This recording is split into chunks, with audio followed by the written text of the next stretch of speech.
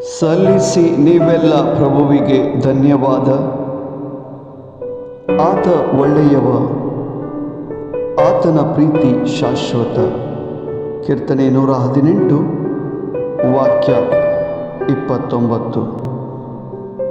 ಪ್ರಿಯ ಸ್ನೇಹಿತರೆ,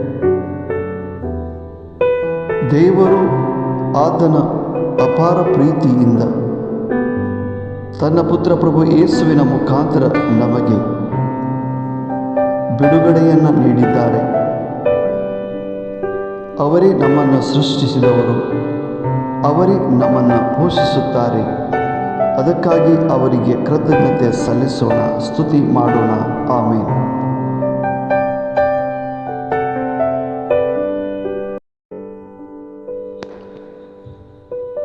सर्वेस्पराक अर्गांदिया कित्याक तो बरो, कित्याक ताचो मोग ससनांक तकता. कीर्तन 118 ओळ 29. सर्वेस्पर देव बरो, ताच्या मोगान ताणें ताच्या पुता मारिपात आमकां सोडून लाभयला. तो आमचो रचणार आनी आमचो पोसणार. त्या देखून निरंतरी आमी ताका अर्गां दिवया. आमेन.